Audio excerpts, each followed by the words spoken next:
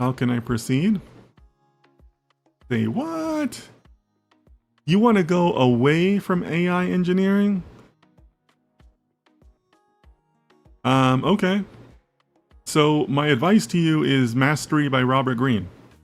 We were talking about it earlier, and I don't know if maybe you missed that part of the conversation.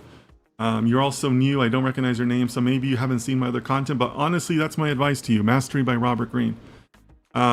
Because I would ask you if you've done self-reflection to think about, why you want to move away and what you want to move into, right? Because, again, the goal with all of my content is to create professional data scientists, people that want to dedicate themselves to the profession, right?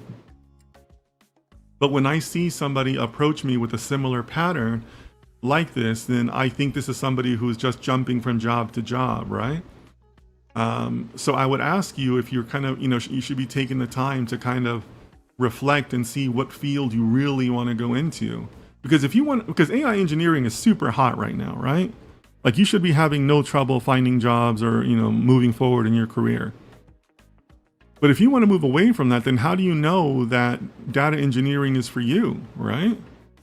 You're just going to be in the same position a couple years from now after you figure out that data engineering is not for you. So there's a big benefit to taking the time to reflect, stand back, and say, hey, what do I really want to do with my life? What do I really want to dedicate myself to? Maybe it's not even something in technology, right? You got to be open to those possibilities.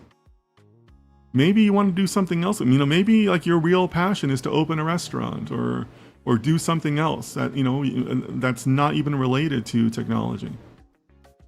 So High Time, I know that's probably an unexpected answer, but, I truly believe that you should be doing things because you're passionate about them, right? Not just because you want a job.